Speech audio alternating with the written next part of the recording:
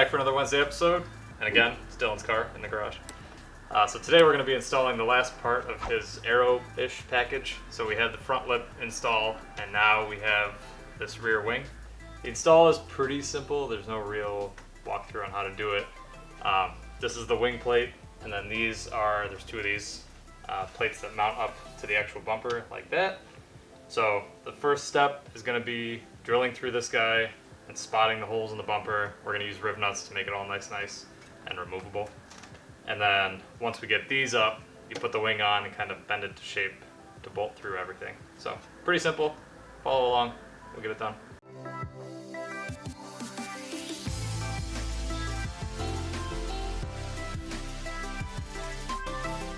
So we tape this off so that we can kind of draw on it and make sure that everything's lined up. I don't want to draw on his actual trunk. So painter's tape is quick and easy. Everyone's got it around the house.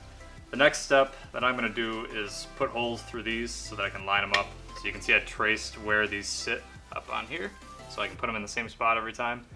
And I like symmetry, as do everybody. So what I'm going to do here is put these back to back, kind of like this, and then C-clamp them together gently. We don't want to scratch the paint or anything like that, but C-clamp them together and then drill the holes through both of them at the same time. That way the holes are in exactly the same spot, and if you're looking from behind, everything looks the same. And it's easier because you only have to drill holes once instead of twice and measure and all that stuff. So there you go. Drill through probably one hole here and one hole here, and that'll be it.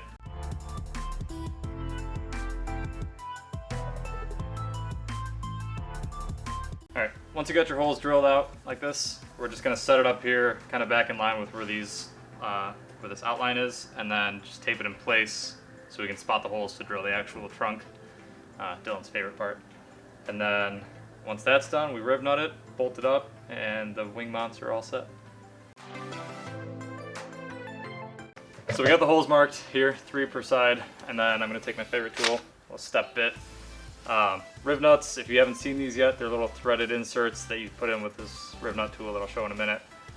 They fit through a certain size hole, so you can see on the step bit here, I got this line sharpied off so that when I spin it, I can see a black line for how far I have to drill, and once I get there I stop, and the riv nut pops right in. No, great. Super straightforward. Super straightforward. So we'll start with the one up here first, and we'll just work our way through all 6 of them.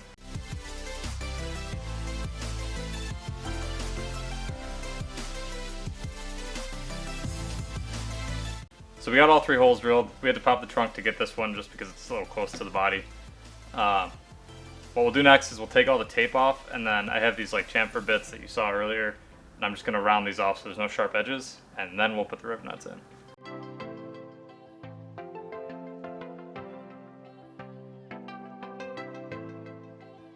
Alright, so this is a riv nut tool. It's similar to a rivet tool, but it's got threads on it. So you just take the riv nut, this is an M6, thread it on, and then I'm not going to do it, but as you clamp these together, it pulls this section in and kind of pancakes the sheet metal that you're working on, and then you back the threads out and you're left with a nice threaded hole where you would have to like weld a nut on the backside or something otherwise. So this is nice if you want removable body panels like fender flares and stuff like that. Rivets work, but it's just not the same type of quality. So get one of these from Amazon. They're great, lifesaver, and they're cheap.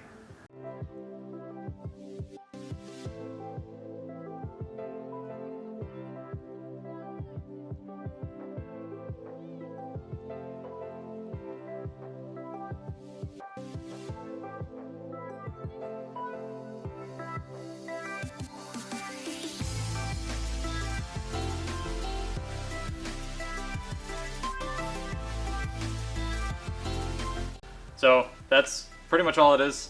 The only thing with riv nuts is, since they are just kind of pancaked in there, do not over tighten them because then you won't be able to back the screw out because you're going to be spinning the whole assembly in there. So these are snug, they're not going to go anywhere, especially because this bracket bends around the trunk, so they're pushing back on it, keeping everything tight.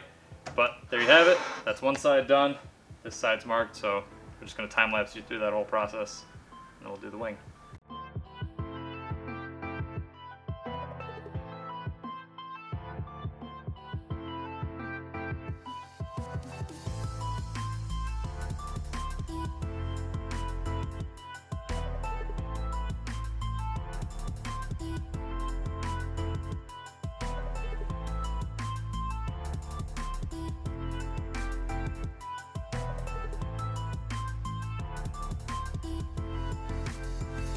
Alright, so both of these are mounted up, pretty sturdy. Now the next part is the wing. If you look at it when it comes out of the box, it's flat, and the trunk curvature is obviously not.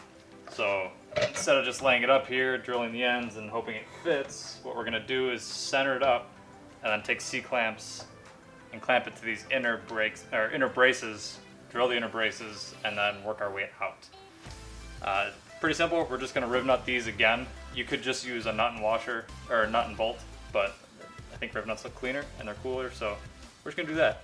It's pretty simple.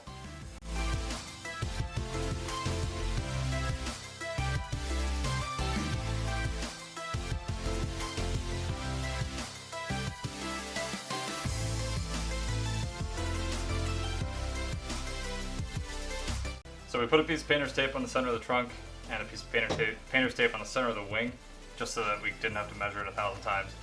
Did that, put the wing on the trunk, and moved the trunk around a little bit to make sure it closed flush on the ends so that the wing wouldn't hit in certain spots.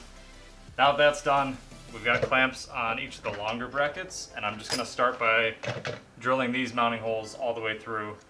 We're going to mount these permanently, and then we'll drill the ends. So one at a time, don't try to do them all at once because everything's not going to line up when you're done. So next up, drilling those holes out. Alright, once you got the holes spotted, the center holes on that wing, I'm just going to oversize these because we're going to put some rivnuts in it.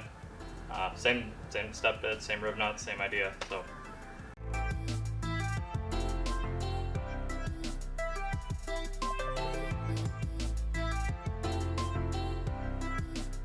we got the center of the wing mounted up. It's got bolts in all 4 holes. I drilled out these, but before I put the rivnuts in, I want to make sure I know where the bolt holes got to go. So that's what I'm going to do now. Just drill from the bottom, like you did on the center 4, and then rivnuts, bolt the hardware in, and you're done. Simple as that.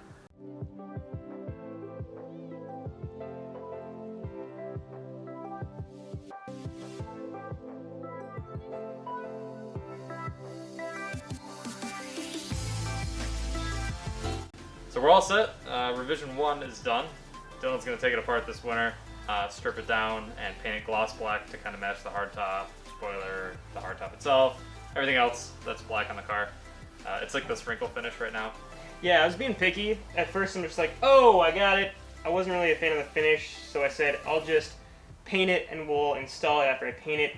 But in the end, I decided not to, just because first of all, I wanted to get on the car, first and foremost, but more importantly, after kind of fitting and test fitting and installing, I would probably need to repaint it anyway. So now that we actually know how it goes together, got everything drilled and fit, I'll definitely go back and paint this gloss black to kind of match. And then yeah, even probably before the winter, I'm going to get black hardware, because I just think that'll be a little more finished look. But all in all, I love the look. I think it's awesome. It totally offsets the front end of the car, which is awesome. We were able to take off the other spoiler without much of an issue, although there's a hole now in my trunk. So I don't know. Maybe I'll have to get a new trunk at some point. I'm probably just going to throw some white tape over it in the meantime. And just hope for the best. I wasn't expecting that. Yeah, that was a surprise for sure. Super random. But either way, I am very happy with this. It's also way stronger. It is stout. Than I expected. For some sheet metal, I guess it's just bent the right way and curved the right way. It is. Yeah. Yeah. I mean, is it noticeable? Probably not. But it's definitely more rigid than I expected. It looks fast. That's what matters. That's what matters, exactly. So yeah, in terms of on this car, really there's only the windshield surround to finish with this summer. Hopefully we can finish this soon. This is not the time of year that I want to be doing this kind of stuff, but it is what it is, and we'll wrap it before the summer's over. Yeah, just in time to take it apart again. Gotta love it. Anyway, if you like this episode and you want to see more stuff, definitely click that subscribe button down below. Leave a comment on other things that you're interested in seeing. We definitely got a bunch of feedback about intake temperatures and you're going to be doing... Yep, I bought a brand new, for you guys, under tray. So I'm going to be making it fit on my Miata, and I'm planning on putting some thermistors everywhere to get you guys real good temperature range and data and stuff like that to see if it's worth it. So that's probably coming up. We got some other stuff to do, but yeah, it's you'll see it in a couple weeks. So stay tuned and follow along.